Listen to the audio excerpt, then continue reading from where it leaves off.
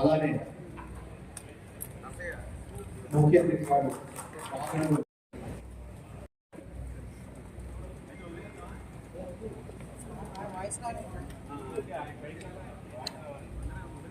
చెందిన సిద్ధాంతాలు పట్టుకుని వేలాడుతున్న కమ్యూనిస్ట్ నాయకులు, మరికొంతమంది స్వయం ప్రేమిక మేధావులు, మరికొంతమంది విదేశీ శక్తుల మోచేతి నీళ్లు తాగే వాళ్ళు నిజం నిజం నిజం నిజం ప్రజలు నమ్మారు. రాజ్యాంగాన్ని అందుకే కొన్ని రాష్ట్రాల్లో ఇబ్బంది కూడా జరిగింది. రాజ్యాంగాన్ని తమ అవసరాల కోసం, తమ అధికారాన్ని నిలుపుకోవడం కోసం, అధికారం చిరస్థాయిగా నిలిచిపోయేలాగా చేసుకోవడం కోసం రాజ్యాంగాన్ని 5 సార్లు మార్చింది.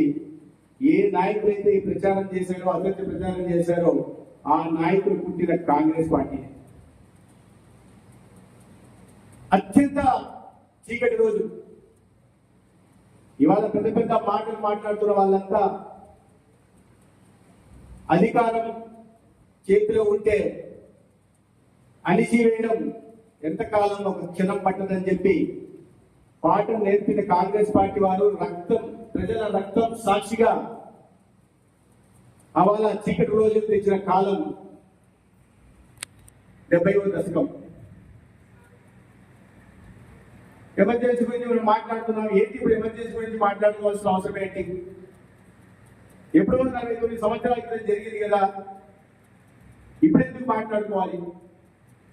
మనం స్వాతంత్రం గురించి బ్రిటిష్ చేతుల నుంచి మన దేశానికి స్వేచ్ఛ వాయువులు అందించిన తరుణం గురించి, జాతి నాయకుల గురించి, స్వాతంత్ర సమయోధుల గురించి మాట్లాడుకుంటూ ఉంటాం. ఈ దేశంలో 2వ స్వాతంత్ర పోరాటంగా పరిగణించబడ్డ కాలం ఆ అత్యయిక పరిస్థితులు, ఎమర్జెన్సీ కాలంలో ప్రజలు చేసిన పోరాటం. ముఖ్యంగా రాష్ట్రీయ స్వయం సేవక్ సంఘ్ దేశభక్తులు కలిసి చేసిన 21 నెలల పాటు చేసిన పోరాటం 2వ స్వాతంత్ర పోరాటం అని చెప్పడంలో ఎటువంటి అతిశయోక్తి లేదు. అంటే చరిత్రలో లిఖించదగ్గ ఆ కాలం గురించి మనం మననం చేసుకోవాలి. భావి తరాలకు తెలియాలి, వర్తమాన తరాలు కూడా తెలుసుకోవాల్సిన అవసరం ఉంది. కాబట్టి మనం ఎమర్జెన్సీ గురించి ప్రతి సంవత్సరం ఏనాడైతే అత్యయిక పరిస్థితిని ఈ దేశంలో జూన్ 25 అర్ధరాత్రి విధించారో ఆ సందర్భం గురించి, ఆ సమయం గురించి, ఆ తర్వాత జరిగిన అరాచకాల గురించి, ఏ రకంగా ప్రజల స్వేచ్ఛను హరించారు, ఏ రకంగా పౌర హక్కులను కాలరాల్చారు, ఏ రకంగా రాజ్యాంగాన్ని నిర్వీర్యం చేశారు, ఏ రకంగా న్యాయస్థానాన్ని నిర్వీర్యం చేసిన పని ఆ సమయంలో చేశారు, ఆ చేయడానికి బాధ్యతలు, దాని ప్రభావం సమాజం మీద, దేశం మీద ఎంత పడిందనే విషయాన్ని మనం భావితరాలు తెలియకపోతే అన్యాయం చేసినట్టు. ఏ దేశానికి ఆ దేశ చరిత్ర, సంస్కృతి, సాంప్రదాయాల గురించి తెలుసుకోవాల్సిన అవసరం ఉంది. అది తెలుసుకున్న నాడే ఆ దేశం మనుగడ సాగుతుందని విశ్వాసం మన అందరికీ ఉంది. మంచి రోజులను గుర్తు చేసుకోవాలి, అనాథక దినాన్ని కూడా గుర్తు చేసుకోవాల్సిన అవసరం. అప్పుడే మంచిని మరింత మెరుగుపరుచుకుంటూ ముందుకు వెళ్ళగలం. అన్యాయాన్ని సరి చేసుకుంటూ చీకటి నుంచి వెలుగు వైపు కూడా వెళ్ళే ప్రయత్నం మనం చేయగలం. అందుకని నేను భారతీయ జనతా పార్టీ ప్రతి సంవత్సరం జూన్ 25 సమయంలో ఒక 1 వారం రోజుల పాటు ఎమర్జెన్సీ మీద కొద్దిగా అవగాహన సదస్సు నిర్వహించే ప్రయత్నం చేస్తాం. ఏంటి ఎమర్జెన్సీ? ఎమర్జెన్సీ కాలంలో జరిగిన అన్యాయాన్ని మనం చూసాం, విన్నాం. ఏంటి ఎమర్జెన్సీ? ఎందుకు ఆ ఎమర్జెన్సీ విధించాల్సిన అవసరం ఉంది? కొన్ని మాటలు లక్ష్మణరావు గారు చెప్పారు. 1971లో శ్రీమతి ఇందిరా ఫిరోజ్ ఖాన్ గాంధీ ప్రధానమంత్రి అయినప్పుడు గరీబీ హఠావో నినాదంతో ఆయన ప్రధానమంత్రి అయ్యారు. తదనంతరం ఆయన చేపట్టిన తప్పుడు ఆర్థిక విధానాల ప్రభావం దేశం మీద తీవ్రంగా పడింది. ఆర్థిక వృద్ధి క్షీణించింది, పారిశ్రామిక వృద్ధి కుంటుపడింది, ఆహారం, నిత్యావసర వస్తువుల ధరలు ఆకాశం కంటాయి, నిరుద్యోగం పేటేకపోయింది. దేశమంతా అల్లకల్లోలమై అత్తలాకుతలంగా మారిన తరంలో ప్రజలు విసిగి వేశాలి. ముఖ్యంగా విద్యార్థి లోకం గుజరాత్ లో ఆందోళన మొదలుపెట్టి ఆందోళన తీవ్ర స్థాయికి చేరితే అప్పటికి అక్కడ కాంగ్రెస్ ప్రభుత్వం ఉన్నప్పటికీ కూడా ఆర్టికల్ 356 విధించి రాష్ట్రపతి పాలన శ్రీమతి ఇందిరాగాంధీ గుజరాత్ లో, ఎందుకంటే ఆందోళన అణచివేయడం కోసం రాష్ట్రపతి పాలన విధించి, అక్కడైతే గుజరాత్ లో అయితే ఆంక్షలు విధించారు. రాష్ట్రపతి పాలన తెచ్చి విద్యార్థులను అణచివేసే, సమాజాన్ని అణచివేసే ప్రయత్నాలు చేశారు. కానీ ఆ ఉద్యమం కాస్త ఉత్తరాది రాష్ట్రాలు, ముఖ్యంగా బీహార్ రాష్ట్రానికి పార్టీ, అక్కడ విద్యార్థులు కూడా చైతన్యవంతులై ఈ ప్రభుత్వ అరాచకాలకు వ్యతిరేకంగా పోరాటం మొదలుపెట్టి ఆనాడు రాజకీయాల నుంచి దూరంగా ఉంటున్న లోక్ నాయక్ డాక్టర్ జయప్రకాష్ నారాయణ దగ్గరికి వెళ్ళి, అయ్యా రాష్ట్రంలో దేశంలో ఇటువంటి పరిస్థితులు ఉన్నాయి, ఇటువంటి అరాచకం స్వాతంత్రం పూర్వం కూడా చూడలేదు, విద్యార్థి లోకం మొత్తం పోరాటం చేస్తుంది, ప్రజలందరూ కూడా పోరాటం దిశగా వెళ్తున్నారు, ఈ సమయంలో ఈ దేశానికి విద్యార్థి లోకానికి నాయకత్వం అవసరం ఉందని చెప్పి విద్యార్థులు వెళ్తే ఆయన అంగీకరించారు. అదే సమయంలో దానికి కాస్త ముందు 1971లో రాయ్బరేలీ నుంచి శ్రీమతి ఇందిరాగాంధీ ఎన్నికయ్యారు. ఆయన ప్రత్యర్థిగా ఉంటున్న రాజీనామే, ఈమె ఎన్నిక చెల్లెళ్ళు ఎన్నికల్లో అవినీతులకు పాల్పడ్డారు, అధికార దుర్వినియోగానికి పాల్పడ్డారని అలహాబాద్ కోర్టుకి వెళ్తే అలహాబాద్ కోర్టు ఇందిరాగాంధీ ఎన్నిక చెల్లెలంటూ తీర్పునిచ్చింది. 20 రోజుల లోపల ప్రత్యామ్నాయ ప్రధానమంత్రిని ఎన్నుకోవాల్సిందిగా కూడా కాంగ్రెస్ పార్టీకి ఆదేశించింది. అయితే శ్రీమతి ఇందిరాగాంధీ ఓటమిని ఆమె ఒప్పుకోదు, అధికారాన్ని వదులుకోవడానికి అసలే ఇష్టపడలేదు. ఆ తరుణంలో సుప్రీంకోర్టుకి జూన్ 24 సుప్రీంకోర్టు ఒక పాక్షిక స్టే ఇచ్చింది అలహాబాద్ కోర్టు తీర్పు మీద.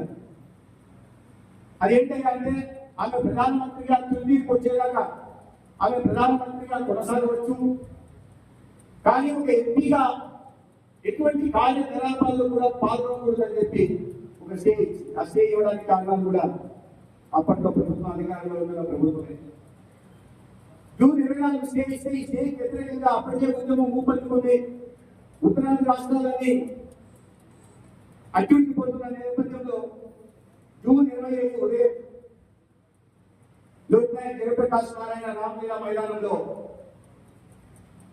ఒక సమావేశాన్ని నిర్వహించి పెద్ద లక్షల సంఖ్యలో పాల్గొన్నారు. మరుసటి రోజు నుంచి దేశవ్యాప్తంగా సత్యాగ్రహానికి పిలుపునిచ్చారు. అప్పుడు జార్జ్ ఫెర్నాండెస్ గారి నాయకత్వంలో రైల్వే ఉద్యోగులు కూడా స్ట్రైక్కి సమ్మెకి దేశవ్యాప్తంగా పిలిపించారు. ఈ పరిస్థితికి భీతెల్లిన శ్రీమతి ఇందిరాగాంధీ ఎక్కడి ఉధృతం అయిపోతుందో, ఎక్కడ అన్ని రాష్ట్రాలకు ముఖ్యంగా దక్షిణాది రాష్ట్రాలు కూడా పాల్గొందో, ప్రజల్లో విప్లవం వెల్లువెత్తుతుందో, ఆ క్రమంలో తను ఎక్కడ అధికారాన్ని కోల్పోవాల్సి వస్తుందో అన్న భయంతో అర్ధరాత్రి ఒక తెల్ల కాగితం మీద ఆర్టికల్ 352(1) రాజ్యాంగంలో దీన్ని ఆధారంగా తీసుకుని ఒక తెల్ల కాగితం మీద అప్పుడు రాష్ట్రపతి పలి మహమ్మద్ అలీకి ఫక్రుద్దీన్ మహమ్మద్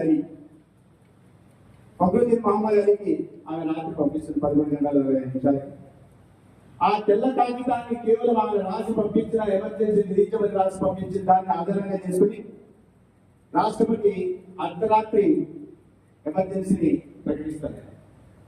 ఆ విషయం హోమ్ సెక్రటరీకి తెలియదు, అప్పట్లో న్యాయశాఖ మంత్రికి తెలియదు, లా సెక్రటరీకి తెలియదు, వాళ్ళందరికీ మరుసటి రోజు తెలుస్తుంది. మరుసటి రోజు నుంచి ప్రజల స్వేచ్ఛ అందించబడింది, పౌర హక్కులు కాలరాచబడ్డాయి. ముఖ్యంగా మీడియా మీద ఉక్కుపాదమే మోపారు.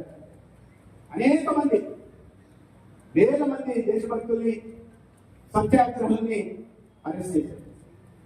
లక్షల మంది, వేల మంది కాదు, లక్షల మంది. డాక్టర్ జయప్రకాష్ నారాయణ దగ్గర నుంచి, మధు గండావతి దగ్గర నుంచి, అటల్ బిహారీ వాజ్పేయి గారి దగ్గర నుంచి, లాల్ కృష్ణ అద్వానీ గారి దగ్గర నుంచి, మొరార్జీ దేశాయ్ గారి దగ్గర నుంచి, మన రాష్ట్రంలో పివి తిరుపతిరావు గారి దగ్గర నుంచి, వెంకయ్యనాయుడు గారి దగ్గర నుంచి, వి రామారావు గారి దాకా ఇక్కడ ఉన్న వాళ్ళ 5 మంది పేరు కూడా నేను చెప్పాను. వీళ్ళందరినీ కూడా దేశవ్యాప్తంగా అరెస్ట్ చేశారు. 3 లక్షల మంది అరెస్ట్ అయితే దాంట్లో రాష్ట్రీయ స్వయం సేవక్ సంఘ్, అఖిల భారత విద్యార్థి పరిషత్, ఇతర సంఘ పరివారానికి సంబంధించిన సభ్యులే 1,00,000 మంది ఉన్నారంటే ఆవాల ఇటువంటి అరాచక స్థితికి వ్యతిరేకంగా పోరాడిన సంస్థ రాష్ట్రీయ స్వయం సేవక్ సంఘ్ మరియు జనసంఘ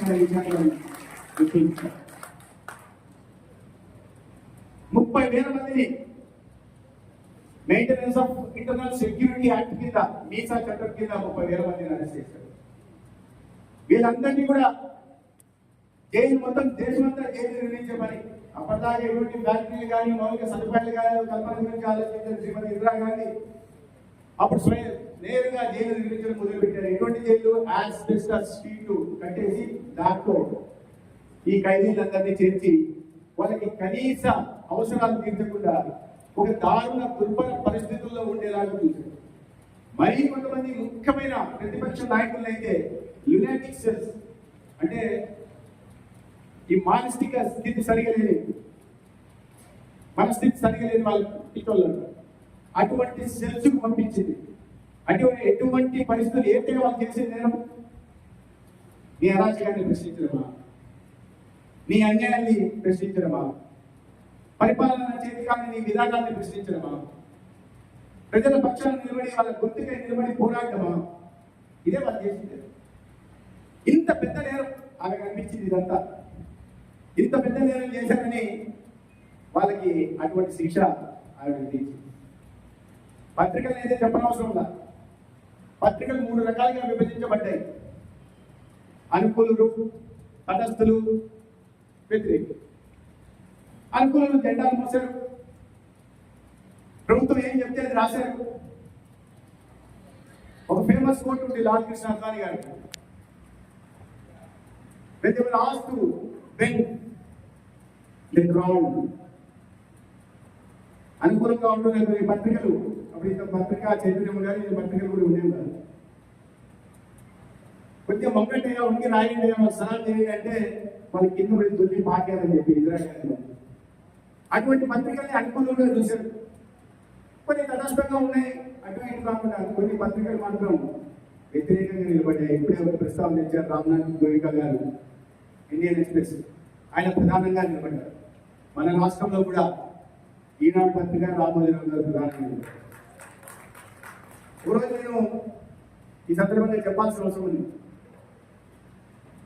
నేను మొదటిసారి జాతీయ ప్రధాన కార్యదర్శి అయినప్పుడు రామోజీరావు గారికి కలవడానికి 10 నిమిషాల సమయం అడిగారని ఆయన గంట 5 నిమిషాల సమయం ఇచ్చారు.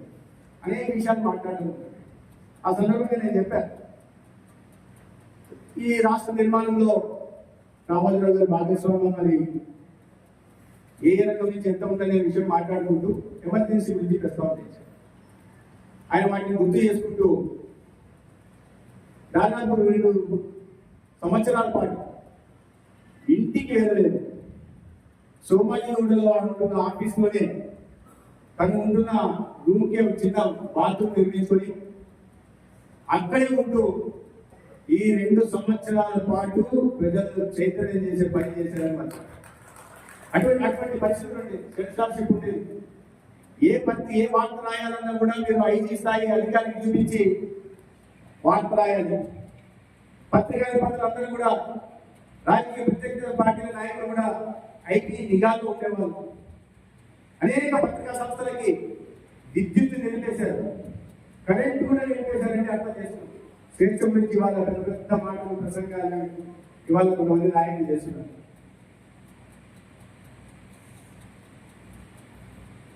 అనేక పత్రికలు కానీ కొన్ని పత్రికలు ప్రభుత్వానికి వ్యతిరేకంగా ఉన్నాయి. కరుణ్ భారత్ కానీ, ఆర్గనైజర్ పత్రిక కానీ, విక్రమ్ కానీ, వివేక్ కానీ, ఇటువంటి సంఘ పరిపాలనకు సంబంధించిన అనేక పత్రికలు, దీంతో ఇండియన్ ఎక్స్ప్రెస్, ఈనాడు ఇటువంటి పత్రికలతో పాటు, పత్రికలతో పాటు అనేక పత్రికలు వాళ్ళు హిందుస్థాన్ టైమ్స్ కూడా వ్యతిరేకంగానే ఉన్నాయి. ఈ పత్రికలను కూడా ధర్మయుద్ధ పత్రిక వ్యతిరేకంగా ప్రజల్లో చైతన్యం కల్పించే ప్రయత్నం చేశాయి. దాని పర్యవసనం ఆర్గనైజర్ సంబంధించిన ఆర్ఎస్ఎస్ మౌత్ పీస్ ఏదైతే ఆర్ఎస్ఎస్ ఆర్గనైజర్ ఉందో దాని పత్రికది ఎడిటర్ గా ఉంటున్న కేఆర్ మల్కాని గారిని అందరికన్నా ముందు అరెస్ట్ చేశారు. 250 మంది ప్రభుత్వ పత్రికా రిపోర్టర్లని ఆనాడు అరెస్ట్ చేసి జైల్లో పెట్టారు. ఏమంటే ప్రభుత్వానికి వ్యతిరేకంగా కాదు, ప్రజల పక్షాన మాట్లాడే దానికి, ప్రభుత్వ వ్యతిరేక వార్తలు రాసిన దానికి, అంటే ప్రభుత్వ విధానాల వ్యతిరేక వార్తలు రాసిన దానికి వీళ్ళందరినీ జైల్లో పెట్టారు.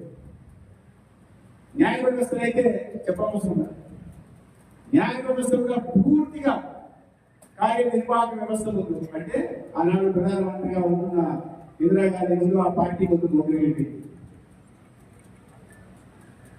అనేక చట్టాలను ప్రశ్నించే, అనేక నిర్ణయాలు ప్రశ్నించే సుప్రీంకోర్టు ఆనాడు రాజ్యాంగానికి 5 సవరణలు చేస్తే ప్రశ్నించలేదు.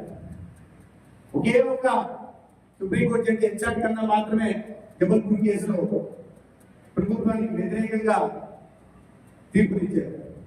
5 సవరణలు రాజ్యాంగాన్ని చేశారు. ఇవాళ రాజ్యాంగ సవరణ గురించి వీళ్ళు మాట్లాడుతున్నారు. 38 నుంచి 42 దాకా 5 రాజ్యాంగ సవరణ చేశారు. మీరు ప్రధానమంత్రి కార్యాలయాన్ని, పార్లమెంట్ వ్యవస్థని సుప్రీంకోర్టు నుంచి బయటకు తీసుకొచ్చేశారు. అంటే పార్లమెంట్ ఏ తప్పులు చేసినా కూడా సుప్రీంకోర్టు ప్రశ్నించడానికి లేదు. అదేవిధంగా ప్రధానమంత్రి, రాష్ట్రపతి, ఉపరాష్ట్రపతి ఎన్నికని ఎవరు కూడా సవాల్ చేయకుండా ఒక అధికారం తీసుకొచ్చారు. ఆర్టికల్ 39. మరీ దానిపైన ఆర్టికల్ ఏంటంటే 42వ ఆర్టికల్.